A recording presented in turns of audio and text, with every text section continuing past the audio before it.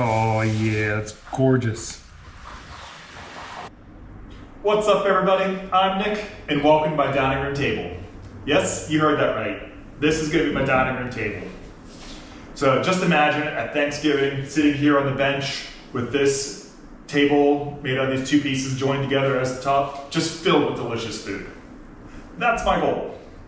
The problem is I've never done any kind of slab work before, never made furniture, so this is all going to be new to me.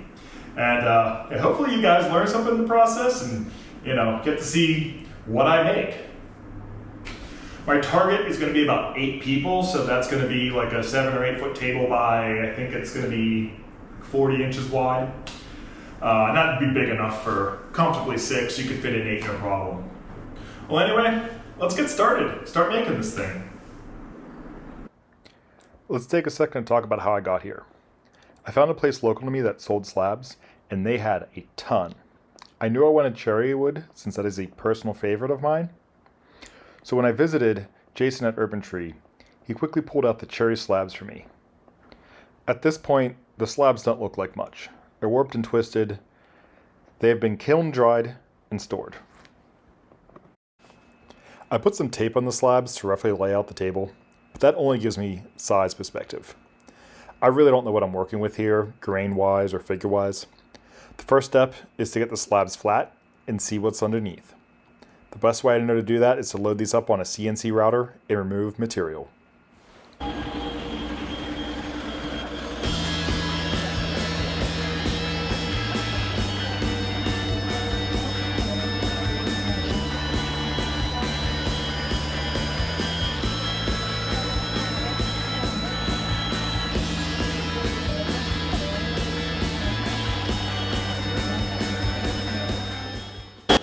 Running a CNC is fun.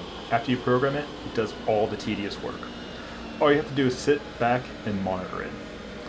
That being said, it is a very dumb machine. It'll follow the program to a fault, and it'll be happy to just take too big of a cut.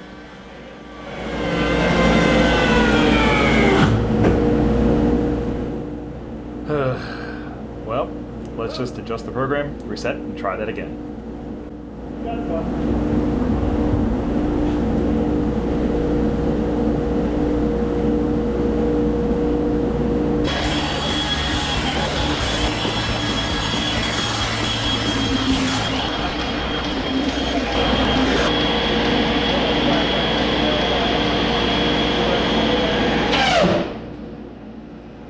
Remember how I said the CNC is a dumb machine? Well, it just took care of the problem of the dust collector hose being too long. Yeah, I think you can say we fudged up here.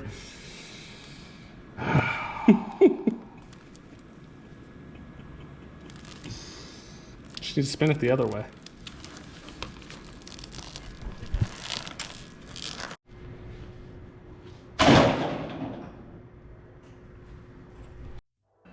The carbide cutters and the bit were chipped, but they're replaceable. Honestly, after trimming the dust hose and servicing the machine, it's better than ever now.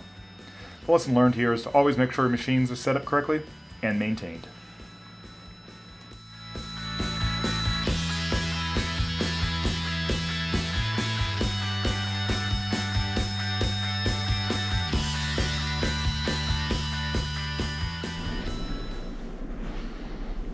Okay, I got the tabletop over here flattened. The bench, I still need more CNC time, but I'm gonna get to that. These are laid out in what's gonna be called a book-matched joint. So I have them stacked on top of each other, and they open up just like a book.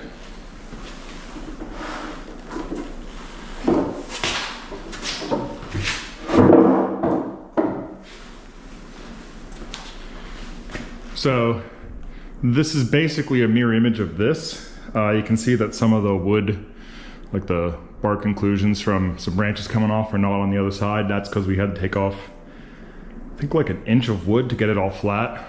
Well, half an inch in each piece, but basically an inch of wood difference from where the two surfaces are at. But now I got to join right down here, the center. The goal is to get a 42-inch wide table at the end, And I think these are actually 22 inch currently, so I'll have to probably cheat that a little, end up with like a 41 inch or a 40 inch wide table when I'm all said and done. But what I'm gonna do now is make just a rough cut down the center on each side and see how the joint lines up.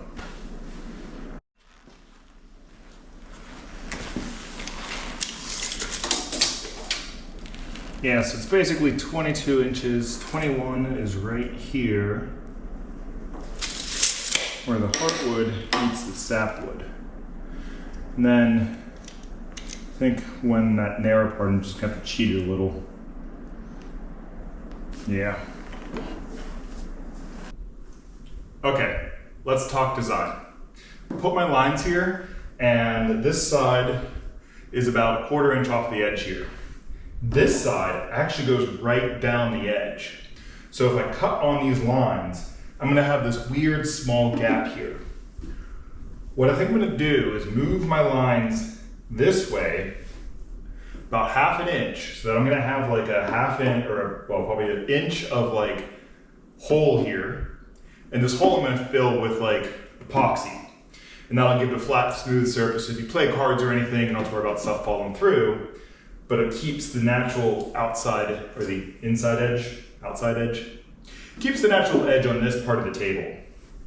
And that means this part here, if I do make a cut on this line, is 19 inches, but if I move it over, it'll become 20 inches, which is a lot better for the person sitting here at the table. The table's still gonna have that hourglass shape here on the outside edge, and I think this is just gonna add more visual interest into that hourglass.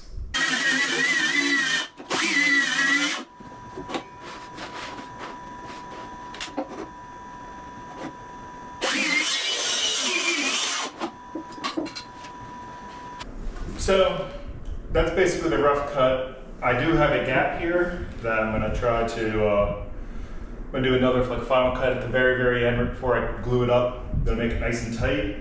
But this allows me to see the layout right now. I do like the hole here.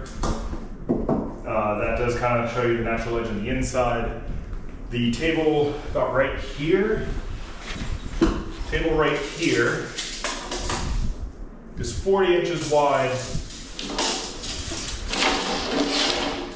While the table out here is a 44. So the goal of a 42 inch wide table, I think I got that. I like the way it looks. Yeah. So it's been a few days since I made that cut, and talked to my wife a little bit. She has an art degree. She knows what she's talking about. She's suggested to cut this out and not have it there. It's kind of gonna be weird having this big black epoxy space here, or whatever color I use, and it'll just be easier to cut it out and look a whole lot better. Size-wise, I can do it. It'll end up, I think, being like 38 inches wide here. Target's 42, so that's still well within reason. That end will be 42, so it'll be good. So I'm gonna make that cut. This little gap is going away.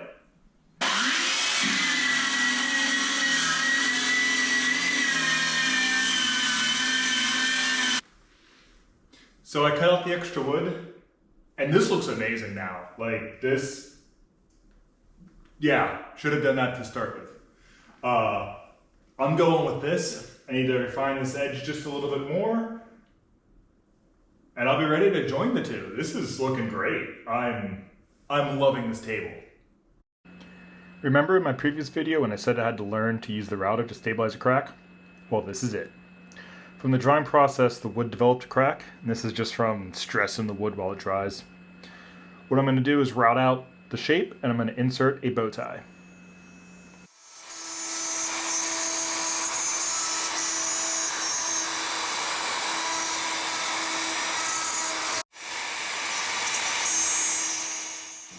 For the actual bow tie, I'm making it out of a cutoff from the slab.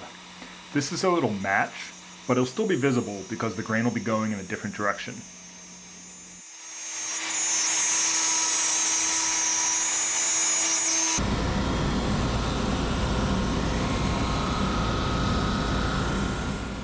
The router couldn't cut all the way through on my piece of wood, So I'm going to use a drum sander to thin it down.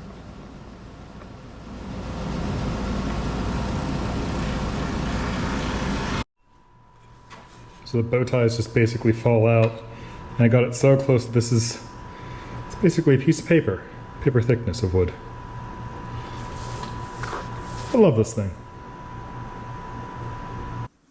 So what I'm going to work on next is filling these cracks with epoxy resin. I have the big crack here that I stabilized by putting in the bow ties. That's from checking due to drying. Also have bark inclusions, and then just checking from some knots. So what I'm going to do is put on the back side Tyvek tape, and that just prevents the resin from just running all the way through. There's, for the crack, it goes all the way through, but some of these other holes, you're not quite sure, but you'll find out real fast. Ask me how I know. So I'm going to put Tyvek tape on it just to plug the hole, seal it all up. So when I flip it over, I can pour the epoxy on the top, and there'll be no chance of it coming all the way through. Yeah, like I said, the whole point of this is just to prevent the resin from coming out the bottom. Something like the crack, it's obvious, but these little cracks here, be surprised. Some of these go all the way through and you don't realize it.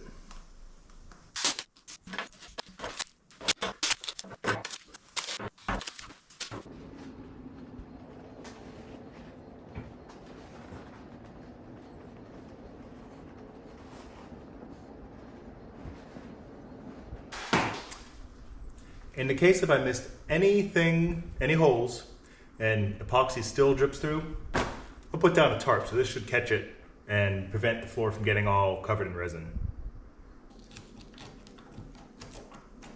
The last step of prep is to clean out all the holes to make sure there's no dirt or bark so that the resin has a good place to adhere.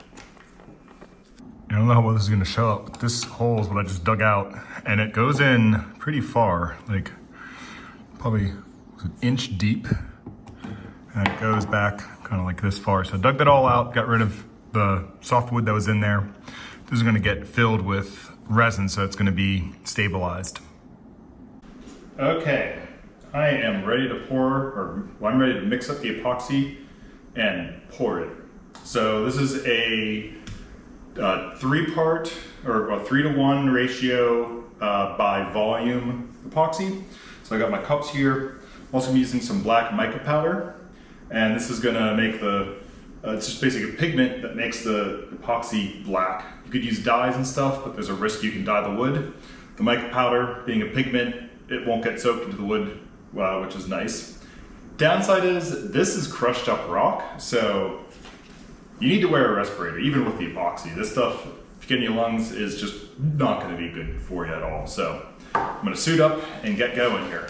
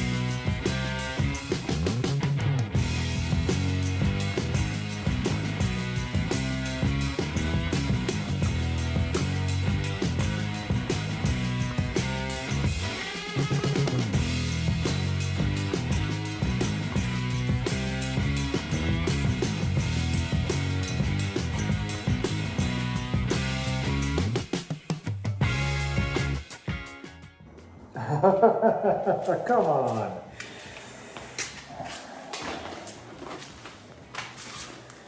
I have a leak.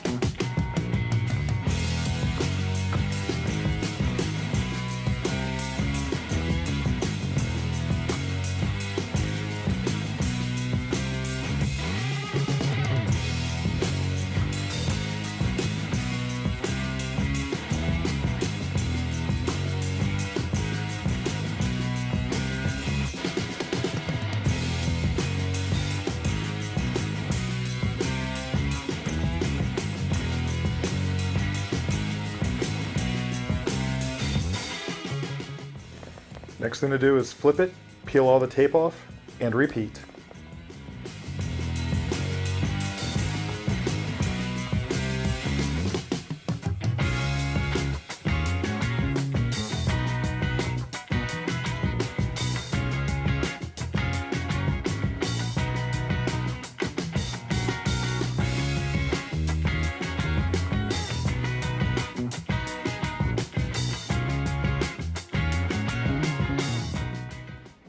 All the epoxy work is done, and it was more work than I thought it was going to be.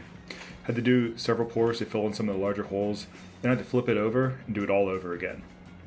So finally now I can work on making the final cut down the center and joining the slabs.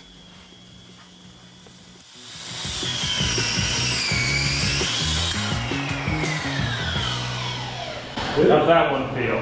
Not great. No? No. It was really hard to stay on the fence. Like the back is kicking up. So like it's going at a slight angle.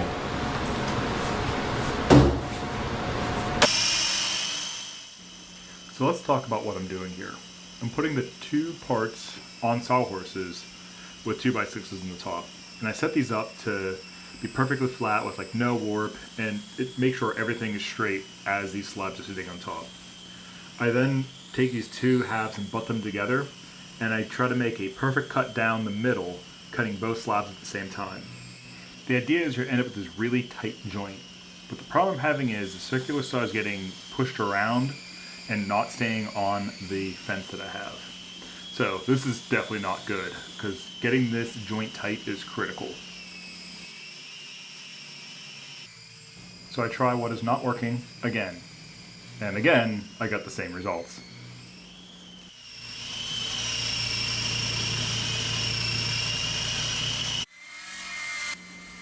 It wasn't until I switched saws and used my Ryobi battery-powered track saw that I actually got a really tight joint. And this shocks me, because this saw it's battery-powered. It doesn't have the power as a plug-in saw. This is a 2-inch slab. And it did it fairly well. I am impressed by this little saw.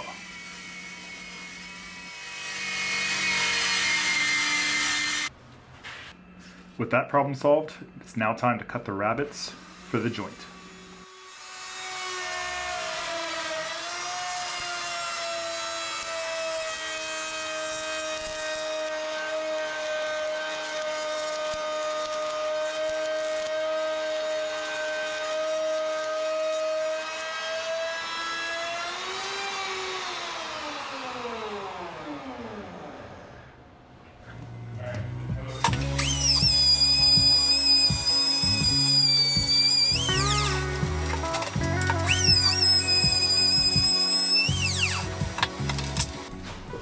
It is finally time.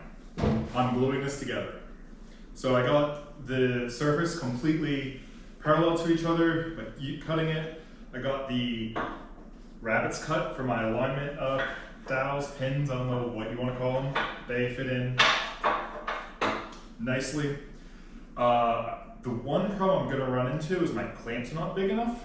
So I'm going to clamp this to the wood and then use my big bar clamps off of this to get everything pulled tight. And then the last thing is I'm going to put down some freezer paper on the sawhorses, the 2x6s. It's underneath the table. So the last thing I want to do is glue this table to the sawhorses, because that would just be kind of hilariously terrible. But I'm not going to do that. So I think I got a good plan together, so let's make it happen.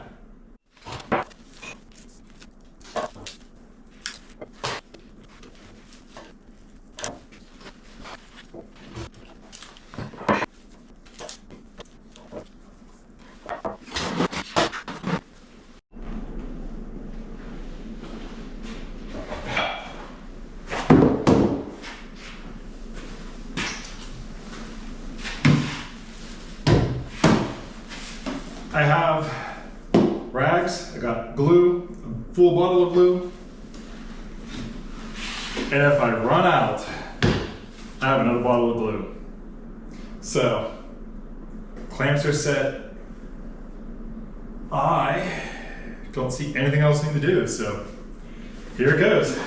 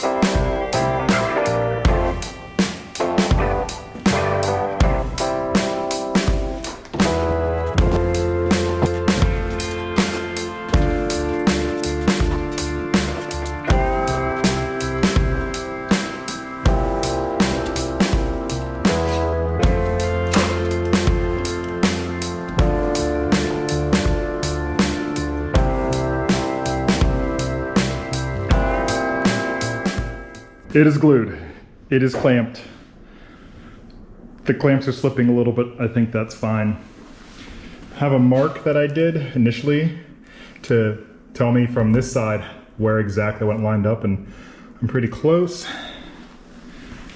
I did put a lot of glue in because the whole goal was to get some squeeze out, and I'm getting that, so I know it's tight. So that's good. And then this clamping system where I clamp a block to each side and then clamp between that is working fairly well.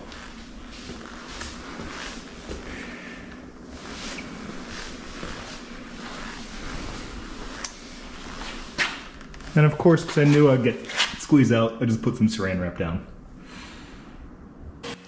Now it is back to the CNC for a final round of flattening.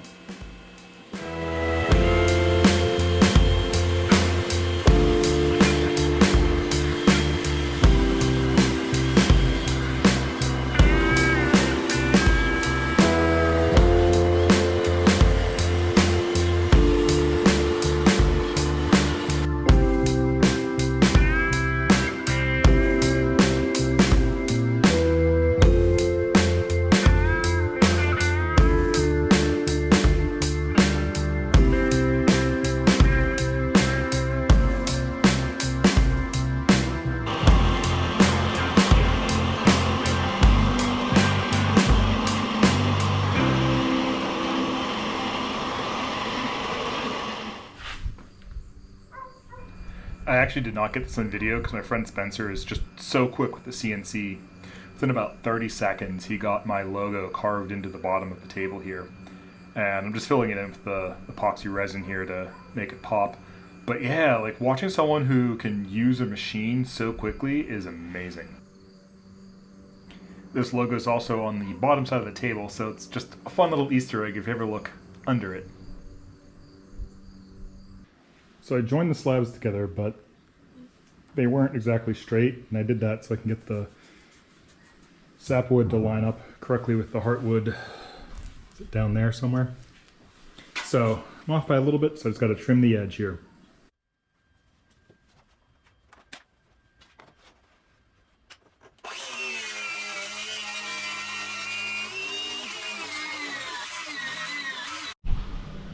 Well, table is all cut to final dimensions here. Got a pack of sandpaper and my sander. So now for the most enjoyable part of woodworking, sanding. So I'm just gonna put some tunes on, listen to classic rock if you ask, and just sand. So here it goes.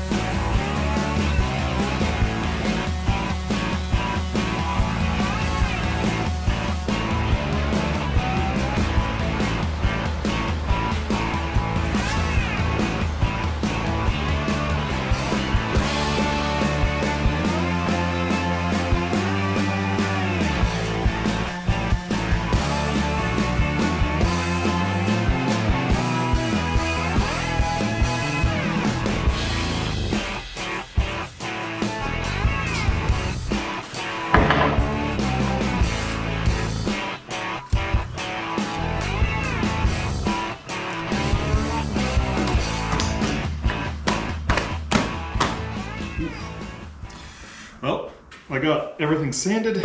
Now I need to deep clean the shop before I put a finish on because this will just get sand or sawdust into the finish. So let's get to cleaning.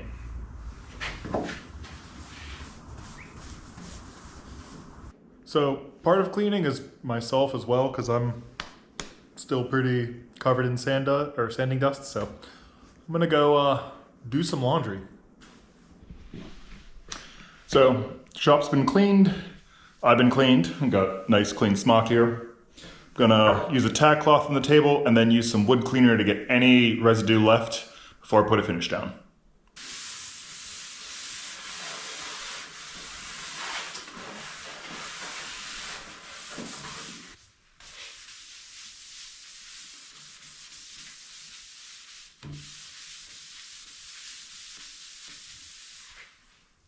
Oh, it's working pretty well.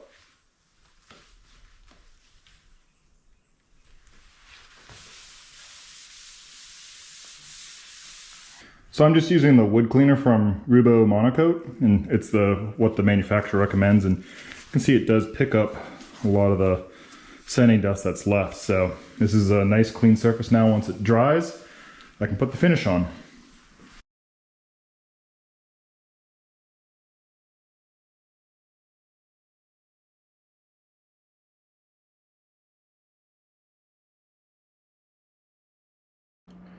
What I'm using is Rubio Monocoat for the finish. It's a durable oil finish for tables, floors, whatever you want basically. And applying it is pretty simple. You just wipe it on, wait about 10 minutes and buff off any excess oil. I decided to use this finish because other woodworkers who make slab tables highly recommend this finish. And so far so good. It's pretty easy to apply here. I have a friend actually helping to make sure I get the coverage because 10 minutes goes by pretty fast. But so far I like it.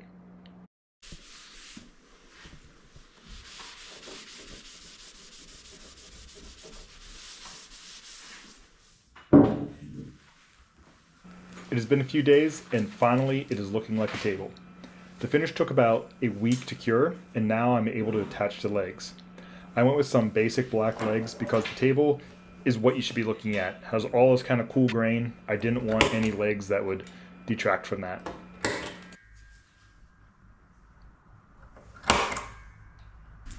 So I'm using these inserts here, and they just take a number 10 bolt. I have a mixture of stainless and brass, but you drill a hole, you screw these in, and that gives you something to screw the bolt into.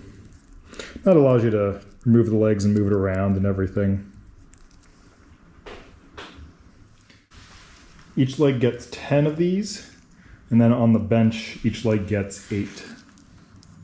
So I got it all marked out, so you need to drill it out and put these inserts in.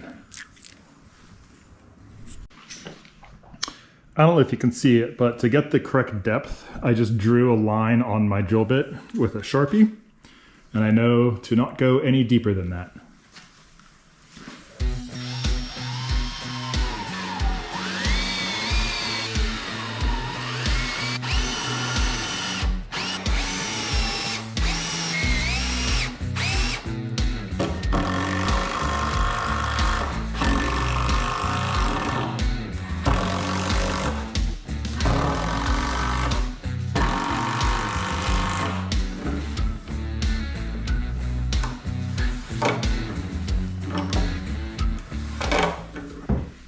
Now, one piece of advice is these brass inserts are pretty terrible. They just kind of all cracked out whenever you try to get into like any kind of tough wood.